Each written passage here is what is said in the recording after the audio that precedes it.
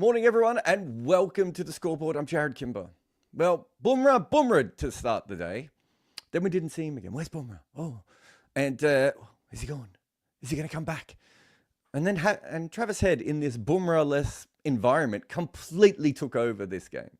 India had a ball that was not moving particularly much at that point. They missed 2 half chances off Travis Head. Yeah, I think missing him once is a crime. Missing him twice. But Head was absolutely brutal at that point, handling the good balls when they came, smashing anything that was poor. He's been struggling in tests for a little while, right? Like he's not in the great form that we sort of think about with Travis Head because he's been so good in the other formats. But he wasn't struggling in tests today. He got the best of the pitch, the best of the ball, the non-Bumrah overs, and didn't have to bat under the lights. But it was a pretty special 100, right? Like it was the sort of 100 that just changes or ends a conversation. In fact, it ended the match really as a genuine contest. Australia never really found that much outside of him either. Marnus looked like he was returning to form, and just as he was about to go on and make a run, he didn't. I would say he probably looked smoother and more in control than Travis Head did. Be pretty disappointed with his loose shot outside off stump. There was, of course, a lot of talk about whether Bumrah had bowled enough. But there was also a moment of, is the series over when Bumrah hit the ground? India want to use him and keep him at the same time. And there is no way to do that correctly. Everyone is going to be angry when he doesn't bowl. And when he bowls so much that he's injured, people are going to be in absolute despair. Then India batted under lights. That isn't fun. But they did it a lot worse than Australia had the previous day. Cricket media used to be pretty simple. Find your favourite newspaper, head to Cricinfo, and maybe a blog you like. Now just finding the best stories and writing is a huge challenge. You already have a job. You just want to read about cricket. Well, that is what the best of cricket is currently doing. They go out daily to find the newest cricket coverage and the best stories from any publication in the world. And when they can't discover what they want, they also hire some of the best writers to produce their own great stories. You can get the best of cricket via their website or on WhatsApp. They find cricket's best stories and give them to you every day. All right, remember you can put comments in, super chats, anything else that you want, really, just pop it in there.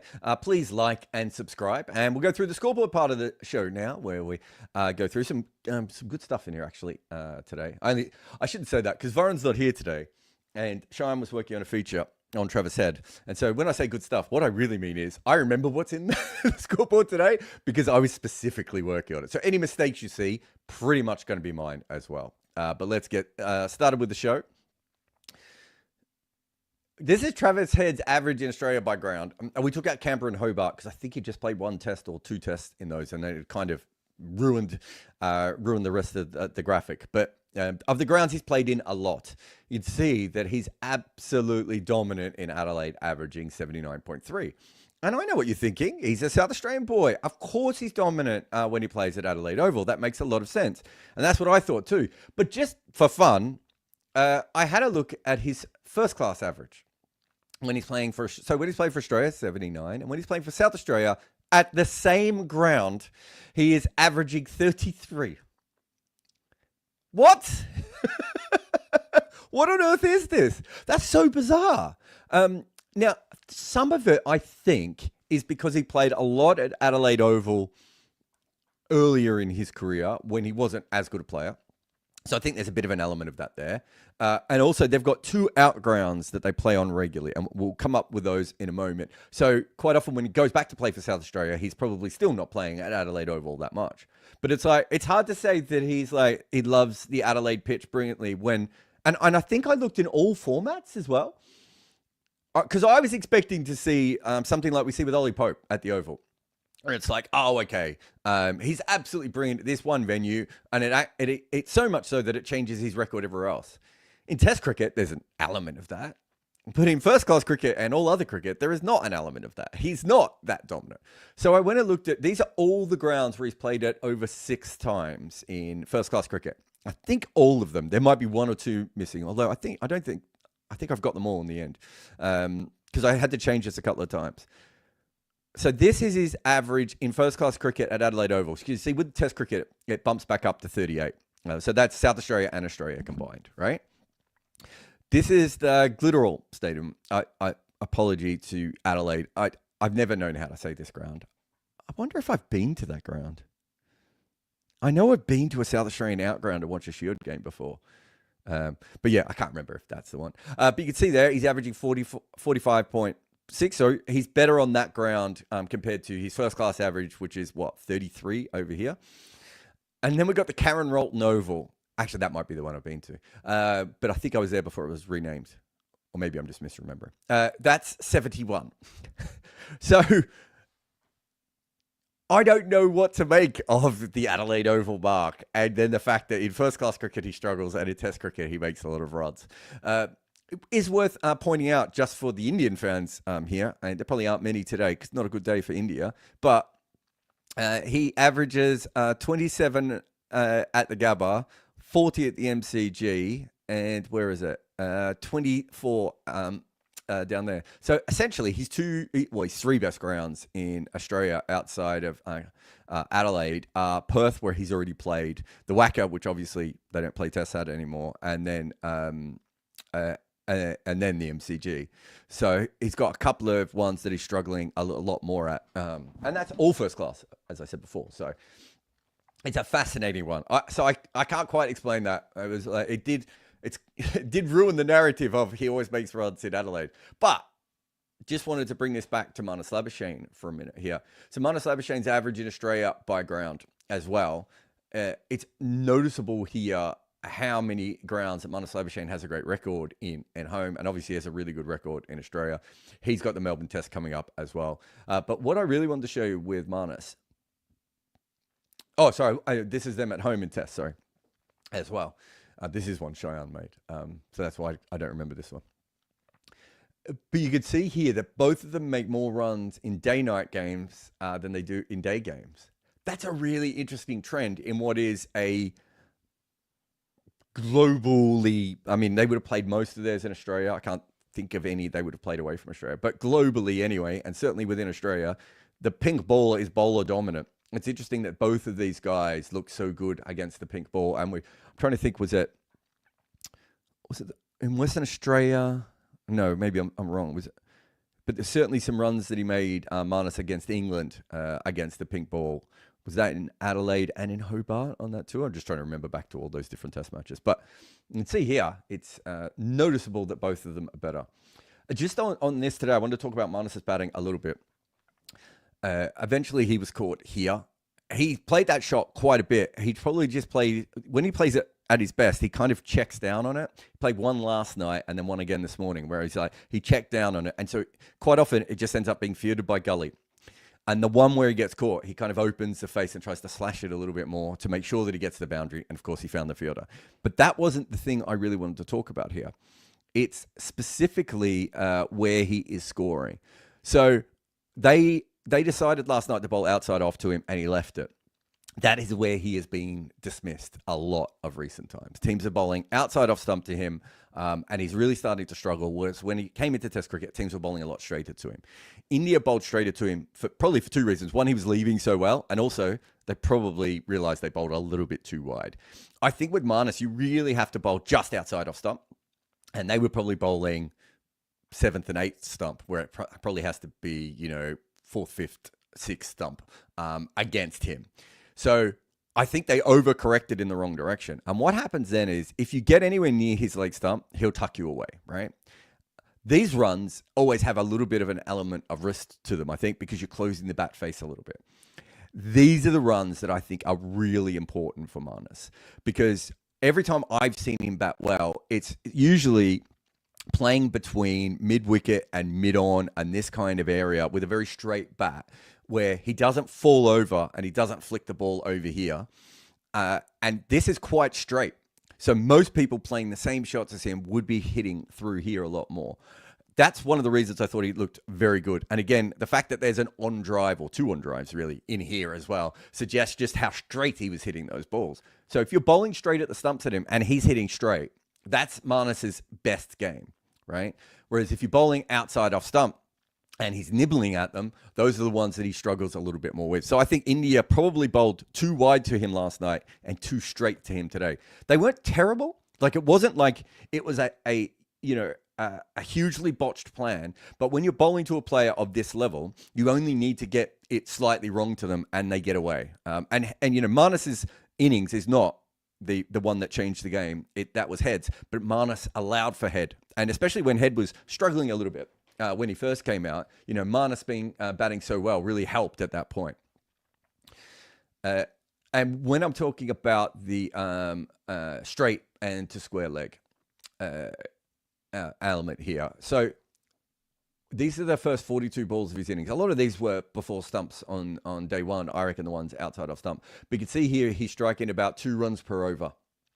So that should be runs per over, not strike rate. And then when the balls have been on his stumps, it's 3.2. That eventually catches up, right? Because once he got in and the ball wasn't moving as much, he would play with more fluency on the offside. He started chasing those boundaries and everything else. But early on specifically, he was scoring quite easily and rotating the strike, and he was getting stuck a little bit when the ball was outside off stump or just leaving more of them. So I think that's something that India need to kind of look at going ahead with him. Or it could just be that he likes the pink ball more. I want to talk about Bumrah's overs. Can I? No, I did that wrong, didn't I? Oh my God, I've done it wrong twice. All right. So what I wanted to do here is apparently it's not going to let me. Dark blue is Bumrah anyway. So I wanted to show all the different spells. Not all of his overs come up here because after I did this, I realized I hadn't thought about maidens. So I have to come up with this. But this is a good idea. This is a good way. You know, in one-day cricket, we would use this, and it will show you exactly where bowlers are bowling. But obviously, Bumrah gets this spell with a new ball. Right, he then gets this this spell in here. So this is the spell, I think, just before stumps. He then gets a secondary spell in here just after, just at the start of the day's play. He then gets this spell after lunch, and then they bring him back for the new ball. Right. The issue here with why it probably feels like Bumrah hasn't bowled enough is because of the way that they were using him. I think obviously he was always going to bowl with the new ball. He bowled a decent spell with the new ball. So he had to be rested, but they also, oh my God, I'm going to have to stop hitting that. But they also obviously wanted to use him just before stumps as well, when, you know, they probably thought that was going to be his next big impact. So he needed a rest in there from the long spell, and then he bowls there. Generally, he would have bowled a slightly shorter spell here and another spell in here, but stumps was dictating the way they used him. The same as the next day, right? He comes in and he bowls another spell here. And you might be thinking, well, why doesn't he bowl all the way through here? And I think what they were worried about was this period, which is, this is the second new ball, right?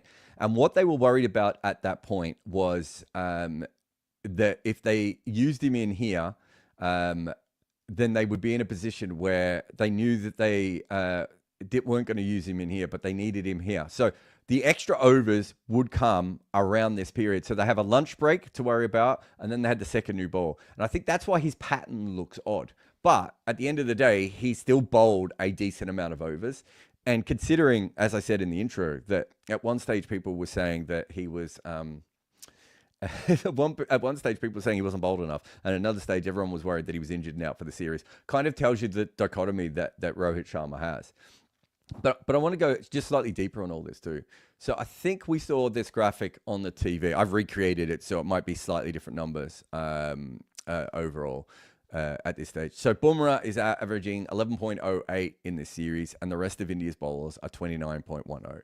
Let's call this the Joker effect from the Denver Nuggets, where when one player is so statistically ridiculous and also aesthetically ridiculous that you can't help but look at all the other teammates and think, oh, they're terrible. And then when you look at the overall stats, we could do this with Joker's on-off numbers in an NBA game as well. You would see a similar kind of thing. When Joker's on the court, the team is brilliant. And when Joker's off the court, they're not very good. That's because Joker is so brilliant when he is on the court that they almost don't know what to do at times when he's off the court. However, slightly different with the bowling attack. And when you look at it, Harshit Rana's in his second test. And you have Ashwin's only bowled in one inning so far. Yeah, got to get my numbers right. You've got a fifth bowler here who's actually done fine. And Washington Sundar did okay in the last test as well. Mohammad Siraj, worth having a look at, is going at, what's at 18.77, right? if you thought coming into this series that Mohammad Siraj was going at 18.77 and Jasprit Bumrah was going at 11, you probably think that India are in a good position.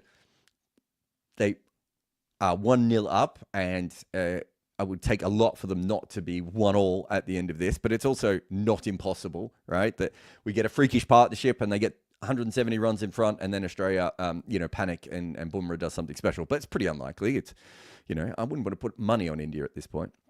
But the point being, when you look at this, you do realize that actually what they've had is their backup bowlers have been okay.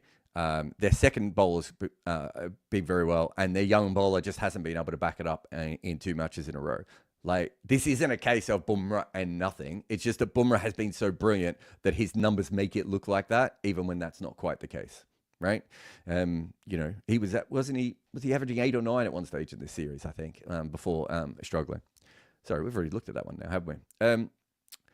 Steve Smith, this is just a small point, and we'll look at it more throughout the series, but just worth remembering that there was this whole narrative that Steve Smith opening the batting was part of his problem.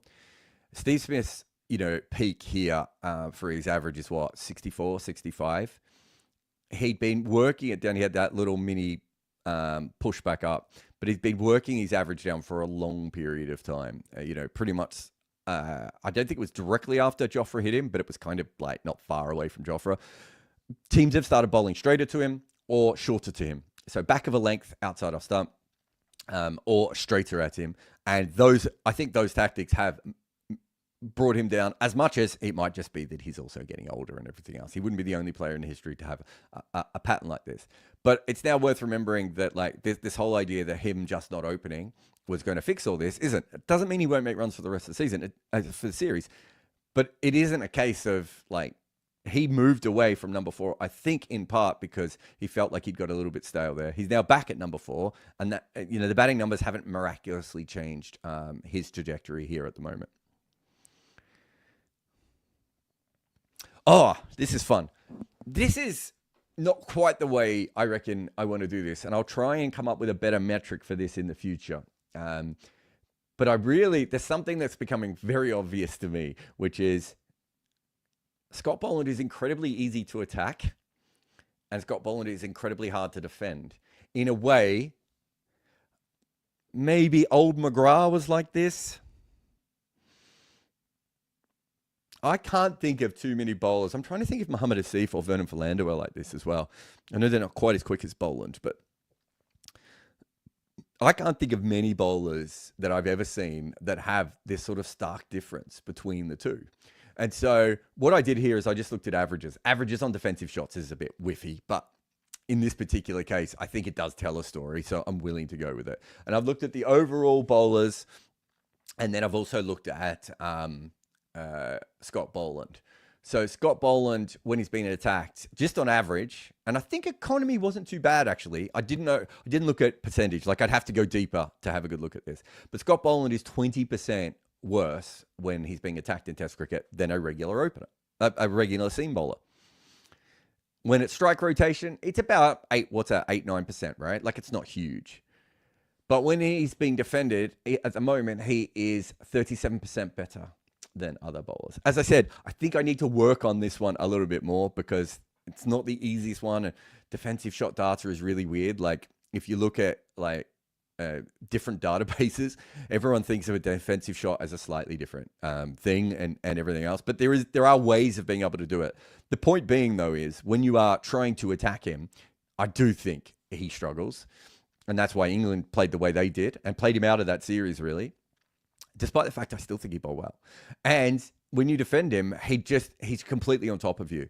And I remember he was like this before the wobble ball. Like, even as an MCG bowler, I'd be watching the Shield games, and his ability to really just probe away, he was very hard to handle once he got your line and your length. So what's been interesting about the way he's bowled in this series is how he changed. In fact, is the next one that? Yeah. So we had a whole thing yesterday about how good he is at LBW. So one of the reasons I think Scott Boland is so good is that he's not a one-trick bowler. there are a lot of bowlers who, generally just bowl for caught behinds and everything, and they'll occasionally go for an LBW. Whereas what's got, they go for their main thing of how they get wickets. And then if they come up against a batter where that doesn't work against, they struggle. So is it Pat Cummins against Zach Crawley? Is he the one I'm thinking of? I think that's right. Whereas Mitch Marsh against Zach Crawley just bowls a better length and gets a little bit of extra bounce. And Pat Cummins can't work out how to replicate that in the way that he bowls, right? What Boland is really good at is looking at batters and just coming up with the ideal plan for them based on his skill set. So it's not like he's not suddenly going to become a Yorker or a bouncer specialist, right? But here, it was more about keeping the ball outside off stump and moving it away. Whereas when he was bowling to Rohit and Shubman Gill, he's trying to pitch the ball probably maybe slightly closer and bring it back in. And I think that's one of the things that I think we don't talk enough with him. All right, we had some weird stuff happen today. I've forgotten about all this. I don't want to get on the 4 millionth rant I've ever had on this channel about the fact that we should have specialist third umpires, but we should definitely have specialist third umpires. And we saw that again today. The actual decision you can see down here, it made no real impact on the game, although it did take one of India's reviews away. But what happened was Mitch Marsh comes down the wicket. It gets hit on the pad, but it's very close to the bat at the same time. Ashwin convinces Rohit to go for a review. I probably wouldn't have, but it's Ashwin, and he was pretty certain. And he was specifically certain that the ball had hit the pad before the bat. We then get, and the umpire is saying, no, the ball hit the bat first. We then get a review, and during the review, it is very clear to me that there is like a missing frame. And from that missing frame, it is very hard. It kind of looks like he hit it onto his pad, but it didn't feel right. And I don't really know how to explain that very well, but we see a couple of angles, and it doesn't quite feel right. So that is what we see. And you can see from this angle up here, which that from side on a still frame, you can actually see that it looks like the bat is behind the pad. And so if that's the case, all we needed was a couple more shots from different angles. Specifically, this is not the best angle to see it from. It's mid-off and mid-on. But the third umpires don't ask for those angles, partly because they're not trained, but mostly because they are not as experienced at being a third umpire as they are being a standing umpire. All these umpires have got to the position that they are in the game because of thousands of hours of standing out in the field. And then when they get to the top level, they have to do this other job. And it requires a different kind of brain, because you're not just looking to see whether the batter is out or not. You also have to think creatively about ways that you can work that out, right? The ICC try and train them, but even then, most third umpires only do it 1 in 3 occasions. So they're not even doing it enough to become experts in it the same way that they're doing the other job. And so we see these mistakes time and time again. This one, very little to do with the game. But why this is especially funny is because in this situation, the umpires made a mistake about whether Mitch Marsh has hit the ball, right? Third umpire, wrong camera, fine. In fact, the standing umpire and the third umpire both made the mistake there. It's fine, okay? But what's hilarious is later on, Mitch Marsh walks essentially and then stops walking and looks back at the umpire when he's caught behind. So he has played a forward defensive here. He smashed the ball into his, smashed the bat into his pad. We could see the gap between the bat and the ball at that point. He takes like a step and a half off. And I don't think the umpire was going to give it out. I don't think India were 100% sure it was out. And then, because of the step and a half off, the umpire thinks, well, he must have hit it, and gives him out. At that point, Mitch Marsh sort of goes, okay, and he walks off. But he hasn't hit it. So the other thing I was talking about is my pet peeve with third umpires. But this is my pet peeve with cricket fans, cricket players, cricket watchers, cricket media. The fallacy that the batters always know they've hit it. Batters do not always know they've hit it. If Mitch Marsh knew he had not hit this ball, right, he would have been in a situation where he would have at least gone, wait a minute. He would have at least talked to Travis Head for a second. He just thought he was out. And we could see the gap between the bat and the ball right there. And we could see that he hit the pad. Batters, just think about the bat for a minute. The bat hits the pad, it hits the shoe, it hits the ground, right? Sometimes a bat will hit a pebble. So a bit of dust might come up, especially on the very full ball sometimes. That will hit the bat, right? I've seen batters walk for that before.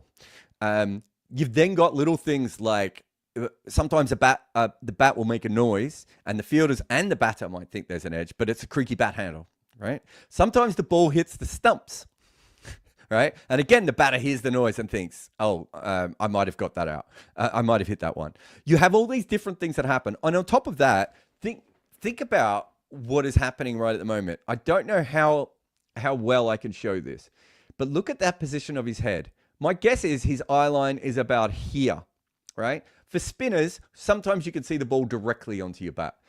It's very rare for you to see the ball directly onto your bat when you miss it, if that makes sense. Like the balls that you miss are usually the ones that you haven't read perfectly. And so your eyes are not completely in line. And that goes the same with an edge, which means that you're not actually watching the ball go right next to your bat at that point. You probably got your head in the slightly wrong position. For fast bowlers, that happens even more. Then you've got things like your helmet moves and your helmet makes noises, right? There are other noises out there as well. And sometimes you just don't feel... I've had games where everyone in the game has been convinced I've edged it and I didn't hear it or feel it. At the time, I was like, I must be right, they must be wrong. Now I go back and I look at all this footage and I go, I might have just been wrong. And I was the one. And the one that sticks in my mind the most was my helmet was moving around everywhere that day because I had borrowed someone else's helmet. Something was wrong with my strap. I borrowed someone else's helmet and it just didn't fit right and I couldn't get it on right. It was moving around. It's very possible that I edged that one. So I'd like to apologize to whichever cricket club that was back when I was 15 or 16. Not for everything they did afterwards because they were a bunch of babies about it, but certainly at that time. I wouldn't have walked anyway, but I would have told them at least. The point being is the batters don't always know. All right, talking about things that you may not know about, the bestofcricket.substack.com. Again, it's an emailer. It comes to you every day. You can get it via email or you can get it via WhatsApp. Very handy. I get mine via WhatsApp and then it comes with a link. And if there's something interesting in the WhatsApp, I would click through. Today, I don't think I did. So they've got interesting different some pieces today. So I think at the moment they're doing the Border Gavaskar at the top, then the sort of general news in the middle, and then features. But you got my man Sriram Veera. Has he ever been on my podcast? I don't know if he has, actually. But he's talked about here about how cricket helped Australia's disparate colonies form an identity, which is a really, really interesting one. And, you know, something that I've written about quite a bit before as well, you know, about how Australia, if you go back and especially if you look at all the different... there were a lot of Irish names and a lot of Scottish names playing for Australian cricket early on. It was versus England from a very, very early point, and that helped shape Australia. So that's a very interesting one. Vera also wrote about Pat Cummins and I'm assuming the wokeness and everything else. We got my man Vish here with a piece on the basin, a decade on from McCullum's 302. A few other things here as well. And you can see, have a look at it. But best of cricket, always worth a follow, a subscription, and everything else. We're going to take a quick break here. And then after the break, we'll get to your comments. So if you've got any super chats, desperate, definitely get those back to us. But if you just have a normal, any normal questions or any normal comments, put them in. I'll try and get to as many as I can. This is the scoreboard. And that is why Australia decided to drop Shane Keith Warne. Cricket is a game of strategy, of picking the right players for the right moment, or playing the right shots at the right ball. And Hit Wicket captures that perfectly. In Hit Wicket, you're not just picking a team, you're collecting cricket legends, expanding your squad with each new addition. The more players you have, the more options you have to dominate in any situation. And then comes the real challenge, picking your playing 11. Who are your openers? Run machine and Mr. 360? Do you stack your top order with aggressive batters, or do you build a solid foundation? And what about your bowling attack? Do you go with pace, spin, a mixture of both? We've got the Tasmanian Devil, Jimmy, and Boom. The possibilities are endless. The beauty of Hit Wicket is that you need to adapt your lineup to your opponent. They can be powerful, balanced, and technical. Each class has an edge over another. It's a tactical dance where you need to anticipate your opponent's moves and exploit their weaknesses. So if you think you've got the strategic mind to build a championship team, download Hit Wicket and... All right, welcome back. We're going to cut the questions here, and I'll try and get... how long have we been? Oh, 29 minutes. Yeah, I've got some time. First one is Super Chat, though, from Genius, who says, Pant, NKR, a.k.a. Boland's Nightmare together. Look, his biggest nightmare was probably baseball, but it's the same thing. And the fact that Alex Carey came up to the stumps, that's not an accident. And I've written about this before it even happened to Boland, I think. It's really hard, and we've seen it with Rohit in this test. We've seen it with Virat in this test. Once a player of Boland's skill and talent and pace and gets you on the right length, there isn't much you can do other than upset their line and their length, right? And so at that stage, you are taking a risk, but it's a calculated one. But in Scott Boland's case, what you probably have is he's not a particularly great white ball bowler. And he also doesn't want to go to that method, right? He wants to continue to do what he does. He's incredibly skillful and varied, but he's not a bowler with like a huge bag of tricks. You know, I was going to compare him to Bumrah, but that's unfair. But, you know, he's not one of those bowlers who can do several different kinds of things. He can do a couple of things really specifically well.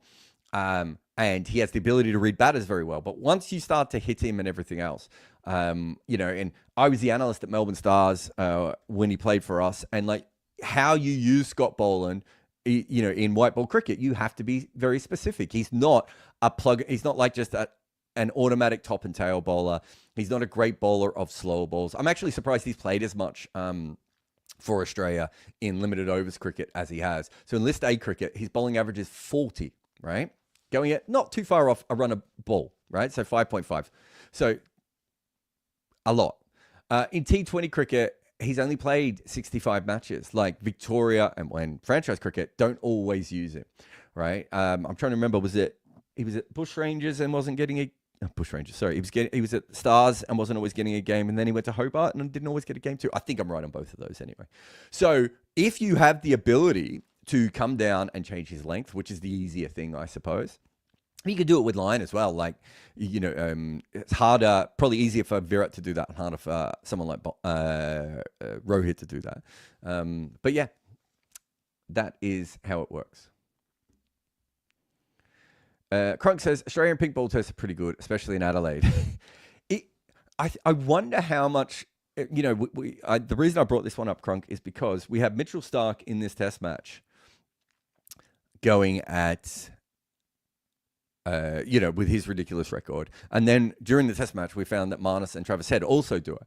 Is it just the case that these players are used to it? Or is there something about the ball that suits those three players? I'm not saying there aren't other players as well, but those three players specifically. And if you have three of your top 8 players, you know, or even just 3, even fringe players, but certainly if you have any 3 players and you can almost guarantee that they're going to be better than their normal stats and by a considerable amount, that's a huge advantage.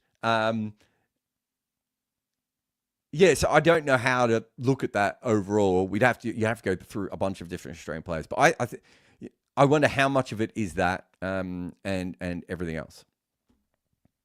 Jared, you've defended Rohit when missing the straight ball. Well, I agree. It's the angle and the setup that makes it tough, but surely it's Rohit who goes out to the same ball often. It is Rohit who goes out to the same ball often because that's his weakness, Gaurav. Right? So what happens in cricket is, after a while, people know how to bowl to you. And then you have the choice of changing that or you have the choice of wearing it.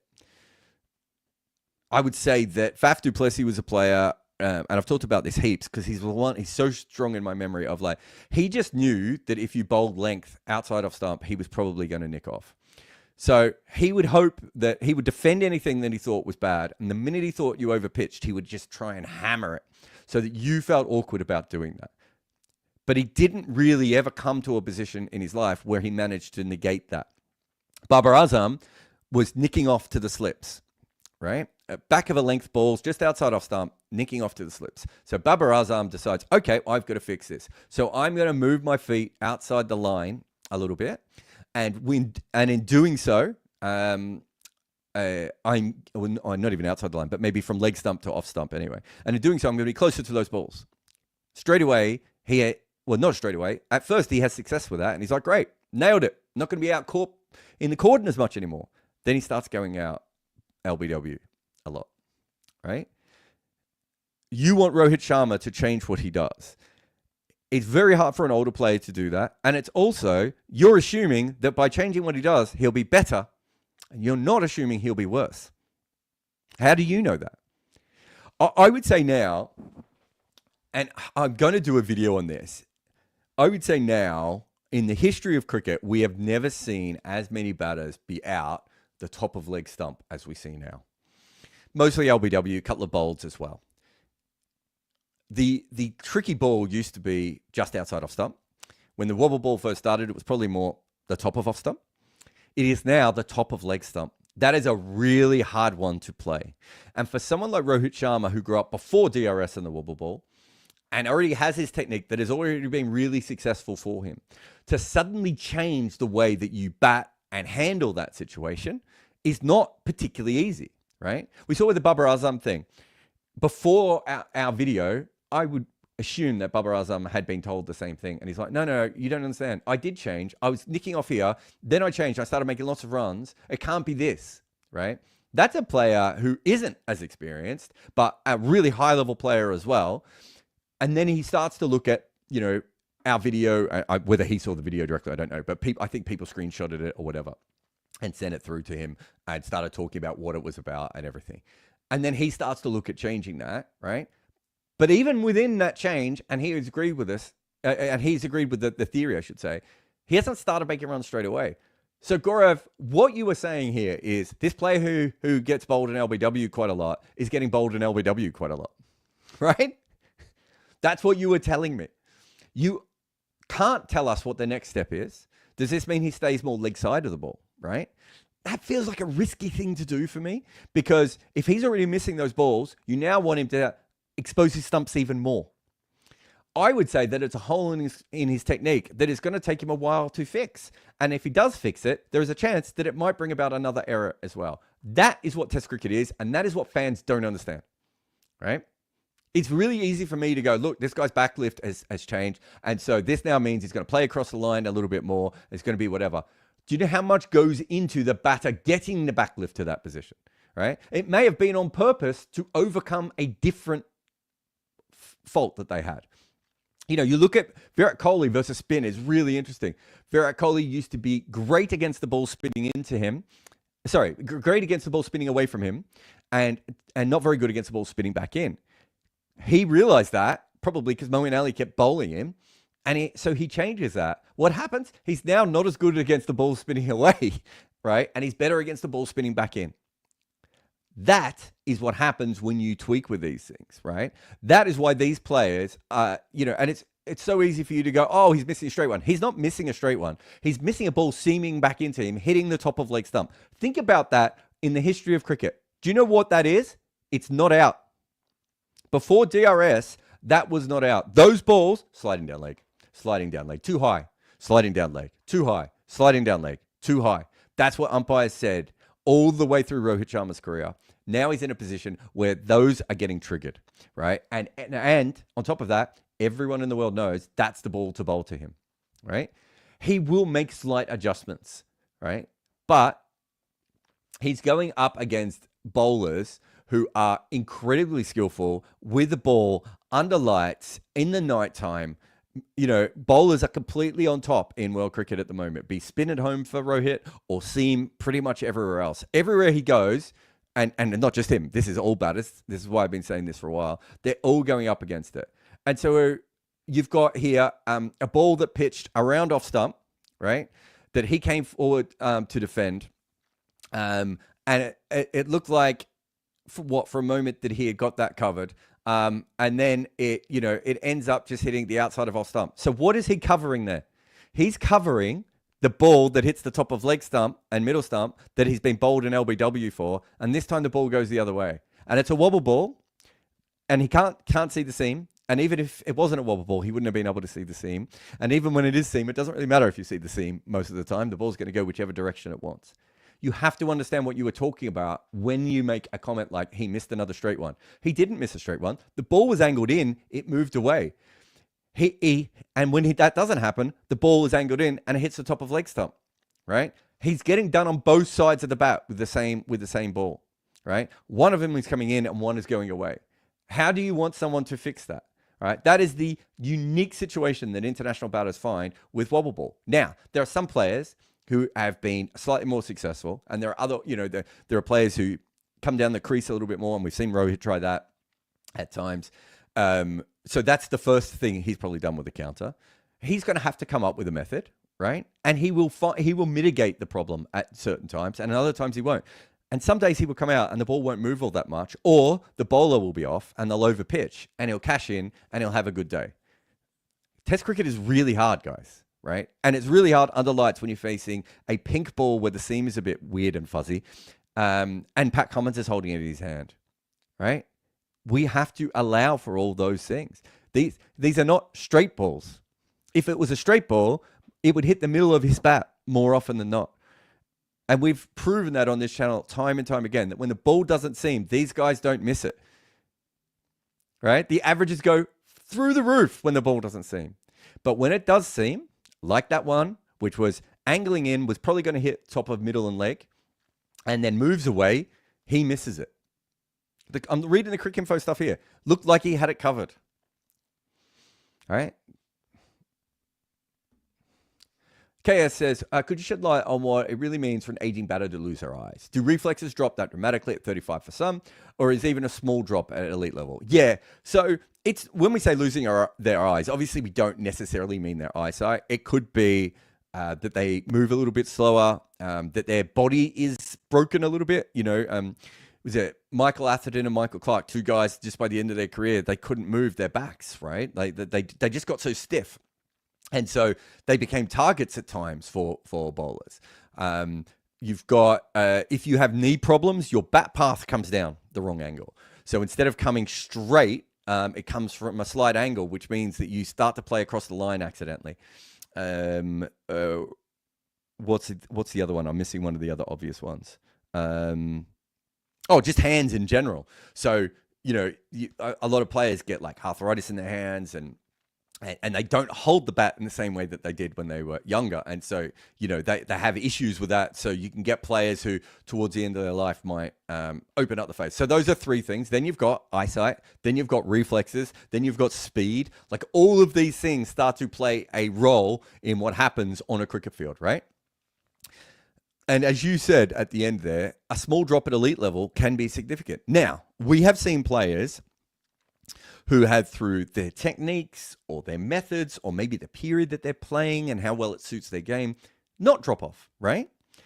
I know Kumar Sangakkara's father, was it Kumar Sangakkara's father? Or am I misremembering that? No, I think that's right. Oh, no, it wasn't him. I was thinking it was someone else who said something really interesting about batting and getting older.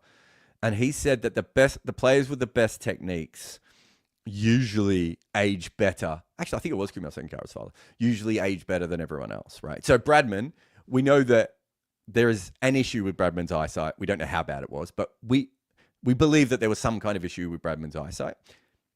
But when he comes back after the war, I know that some of the teams weren't full strength. Certainly England wasn't always at full strength, but he dominated cricket again, right? When he was 38, 39.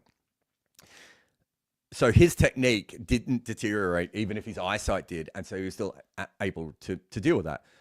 You get someone like Graham Gooch, who had freakish eyesight, right? So Graham Gooch, when the bowler was at the back of his mark, could tell you how he was holding the ball for what delivery, right? Most professional cricketers, and certainly most test batters, can't tell you that. That's a special skill that Graham Gooch had. So we know that Graham Gooch was really good into his 30s, into his 40s, right? Is it possible that he just had this elite eyesight, and so even when it deteriorated, it was still better than everyone else's, and that was part of his super skill? And by that stage, he understood batting a lot more. You then get, and I don't know if this is the case, but I'm just going to throw out two names, Virat Kohli and Ricky Ponting. Were they players who probably always had technical flaws, but their athleticism and their work ethic and their drive overcame that during their peaks, right? And so when they were younger, they were found out a little bit more. Suddenly they worked it all out and they become the best player in the world for 7, 8, 9 years, whatever their peaks were, right? And then they drop off and they can never get back to that level again, right? Because their techniques aren't there. I don't know if that's true, because Gordon Greenidge had a big drop off towards the end of his career. And he was a player who seemed to be at his best when he couldn't move. And also probably had one of the better techniques of all time. He had the ability, he was a brilliant batter on flat tracks and a brilliant batter on seaming tracks, which for most attacking players are not. So it's not always easy to tell what all those different things are, but there should be a natural regression. I mean, it should start to happen probably. It could start to happen for some players in their late 20s, and it could happen for other players in their late 30s, right? Not everyone develops the same way. I think this is such an aside, but I think the entire school systems around the world are wrong.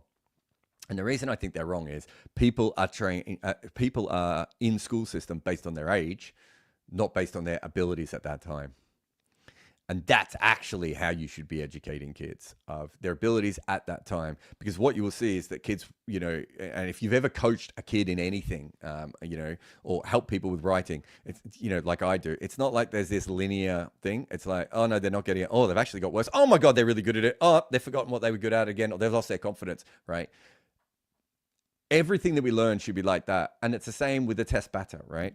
Of, if you think about their, you might have a player who is, 30, 32, and is already past it. But because they're 32, we're like, well, we can't drop them now. They're only 32, and, they should still be in their prime. You might have another player, I think, was it Simon Kadich or Shivnaran Chandrapal, two players who were moved on for various reasons. There were political reasons. There was other reasons within the sides. But they were moved on partly because of their age, right? And they went on to be very successful afterwards. You can't tell something based on someone's age, and you can't tell what's going to deteriorate. And then you can't tell, it might have a player who deteriorates in some ways, but actually finds a way to make it work. Like what Yunus Khan, I think, was a far worse player against pace bowling at the end of his career than he was earlier on against his career. But he found a method, as bizarre as it could be at times, and it still worked for him, right? Not everyone can do that. It just, to go back to the previous question about Rohit Sharma, not everyone is Bradman or Tendulkar, right? Most batters, even the great ones, are not at that level. Nanta? Yeah, Nanta says, how would you calculate control percentage for Pant's ridiculous off-pallet shots? The ball hits the middle of his bat, he's in control. If it hits the outside of his bat, it's not. It is actually quite hard on some of those sorts of shots, because you end up, if you're doing everything manually, and control percentage is something you have to do manually at the moment. I think I've told this story before about analysis. When I first started doing analysis, I put down a cut shot, and so instantly I put short and wide. And then one day something was nagging in my head, and I was like, I'm going to go back and watch that again. I went back and watched it, and this person was playing cut shots off the top of the off bail. The ball was not short, the ball was not wide. And so it's really hard not to look at the result of the shot when you are doing analysis like that. And we see those things all the time. Jed says, I'm a tall off spinner. Occasionally the ball will pitch and turn the other way. I don't vary my action much, and I don't chuck. Why does this happen, and how do I control it? I would assume, Jed, that you're probably passing the perpendicular. So instead of bowling, so most off spinners bowl with an arm out here and coming through here. And then you get some off spinners like Dom Bess, Matthew Spriegel. Trying to think if there are any other international ones. I can't think of many others who bowl like kind of over the top of their head. If you bowl over the top of your head, you will occasionally get a ball that might. I don't think it would actually spin the other way. It's probably a top spinner that might be hitting the seam or something, but you're probably getting end over end spin. And it might either look like it's going the other way, or it could be that you get the seam perfectly and it's swinging the other way, or hitting the seam and going the other way. But generally, that's what it is. And, Ashwin's talked about this a lot on his channel. And it's really great, actually, now that we're starting to... It was Kerry O'Keefe today was just like, Ashwin will bowl a lot of balls with square spin, and then occasionally he'll bowl... Oh, I forgot the other word he used. But people like Ashwin and Gareth Batty, Kerry O'Keefe, like... The conversations about spin now are so much better than the old days of, is he flighting it up or is it darting it in? And if you go back to the history if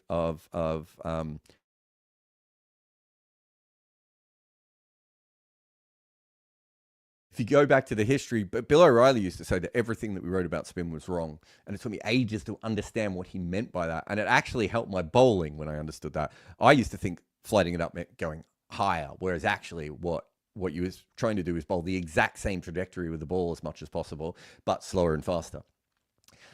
So to get back to your question, I would assume that you're probably coming over the top a little bit more. And if not, it's probably more a fluke of the seam or, it's probably seam related one way or another.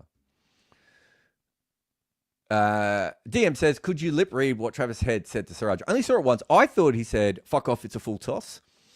Because it was. And it was a full toss that he missed. It wasn't a Yorker, right? Like, I think it might have even hit the stumps on the full, or it might have Yorked the stumps. And that was my instant thought. But that might have just been what was going through my head, but I didn't go back and watch it. But yeah, that's what I thought of, like, the look of his disgust was, A, I've made runs, and we're going to win this game. And B, mate, you bowled a full toss and I missed it. Like, that's not the ball to cheer up. But if I'm Siraj, I'm like, yeah, but it was a big swinging full toss. Varun says, why do modern batters move across to the off stump so much? So this all comes back to the thing we were talking about before, which is where the ball is now bowled, right? And so when Steve Smith started having success by moving across, I think we saw a lot of players around the world do that. And what players will say is when you line up on off stump, you actually feel like you can see the ball. It feels like every ball at the stumps is coming directly to your eye line when you're batting on off stump. And they feel like they hit more balls. So there was a big movement towards that. So that's one reason that we started to see it. And in England, people started taking an off stump guard. Whereas mostly around the rest of the world, it was the trigger movement across. That's part of the reason that the wobble ball then exploits that, right? Because you're in that wrong position. But a lot of batters still feel that that is a better position to be able to see the wobble ball and play it than anywhere else. So I've talked to some pretty high-level batters and coaches and everything. And I think there's a general consensus now that if your back foot is on off stump and your front foot is on middle or leg, you're not playing around your pad, but you're protecting your stumps. The ball's coming directly at you, and you should be able to handle the ball on your hip, that top of leg stump ball we were talking about before, and you can cover the outside of off stump. The sort of the ball that Rohit went out to, you're probably not going to be out LBW to that ball all that much, and you're covering yourself from being bowled by that particular ball. The issue is that over a period of time, I think what we've proven now is that the ball nipping back and hitting the top of leg stump, you are going to miss a few of those. And so you're not really stopping the problem. And to go back to what we were saying before, you are just changing the problem for yourself. Bowlers are on top, guys. Batters are trying to work out different methods. We just saw Rishabh Pant basically play with his deck for a little while there because playing with his bat with a forward defense wasn't going to work. Right? We saw a kid in his second test just be like, fuck this. What? This is ridiculous. I'm going to have to come down the crease. We saw a wicketkeeper come up to the stumps when a seamer's nipping the ball around everywhere at 136, 137 Ks, right? Cricket has changed, guys. And so you're going to see different methods. You're going to see Virat Kohli go, okay, I need to come down the wicket. You're going to see, bat out of the crease. You're going to see Rohit Sharma go, okay, I need to take a step down the wicket to disrupt the length here so that they can't bowl the length that they want to. You're going to see Joe Root play these reverse scoops and all these sorts of things. This is a very different sport. All three of those guys grew up in a different version of cricket than currently exists. The Kookaburra ball wasn't reinforced, right? That seam wasn't doing as much for a Kookaburra ball. The lacquer has changed on the Kookaburra ball. That is what we use for a lot of test cricket, right? DRS has completely changed the lines and the lengths of seam bowlers. It has completely changed what we give out and how you go out to players around the world. Analysis allows anyone to basically go on and go, I think Kerry O'Keefe today straight away was like, okay, so what you want to do to Shubman Gill is you want to bowl the off cutter coming back into middle stump. Like everyone knows everyone's weakness in a way that it took a long time in the old days. This is a vastly different sport than it has been. So players and batters specifically are looking for different methods to make things work. Some of them are going to be great. Some of them are not. That's just how it is. And for some batters, batting on off stump will work, right? I mean, it's been pretty good for Steve Smith for a long time. And for others like Babar Azam, it brought about other issues that he couldn't handle, right? We saw, Virat coming across at Perth in the first innings and then changing his stance in the second. You're going to see players doing stuff like that in a game and trying things out as well. I know, I can't remember who it was now, but it was like a major player was talking recently about how they feel like they have to prepare for individual bowlers in a way that they would never have thought about when they were younger. And I don't mean that they wouldn't have thought, okay, well, Stark's bowling and he's going to be pitching it up. And so when I'm facing him, you know, I want my front leg out the way because he's going to try and swing it back and get me LBW. That's that sort of stuff they do naturally. But this guy, I can't remember who it was now. Might have been a first-class player. But they were talking about the fact that you get like a right-arm bowler who bowls really wide of the crease. And so you need to think, okay, so when a right-arm bowler bowls really wide of the crease, I need to be in this position and do this. When the other bowler who bowls closer to the crease, who bowls closer to the umpire, I need to be in this position. This is a left armer, but his main ball is the wobble ball, not the swinger. And all like going through all those individual things, we have the ability to do that now, but there is a sort of variety. It's weird. The wobble ball has actually made bowling much more similar in some ways. And also, because of the way that it is practiced by all these different bowlers, much more different. So there's this variability within all this stuff at the moment. And, you know, Test cricket is really hard if you're a batter and you don't get the right conditions. And then, as we've seen today, when you get the right conditions, like Travis Head got, when the ball is soft and the lights aren't on, you can cash in. Virat's innings at Perth is another really good example of we see players cash in. My favorite one was, you know, when the Indians were playing against at Bengaluru, and like they got the worst conditions to bat in, then they got incredible conditions to bat in, and then a new ball came and it just did a little bit more than the other ball had done, and it caused all sorts of chaos. Like even when the conditions don't change, the balls. They make these balls in big batches, and I've had an incredible email exchange with a man today. I won't go into full details of, but people don't really understand. They will make a big batch of these balls, and the people from Dukes cannot tell you which ball is going to swing more than the other one. They can't tell you which one is going to seam more than the other one. And international bowlers can't always tell, right? There is so much variability within our game that I don't think we quite factor in. Right. And it's why we do this channel. So thank you everyone for your questions today. That's it for me. I'll be back tomorrow, probably earlier. We may not do a morning glory show tomorrow. I'm just not sure we need to as much as anything else.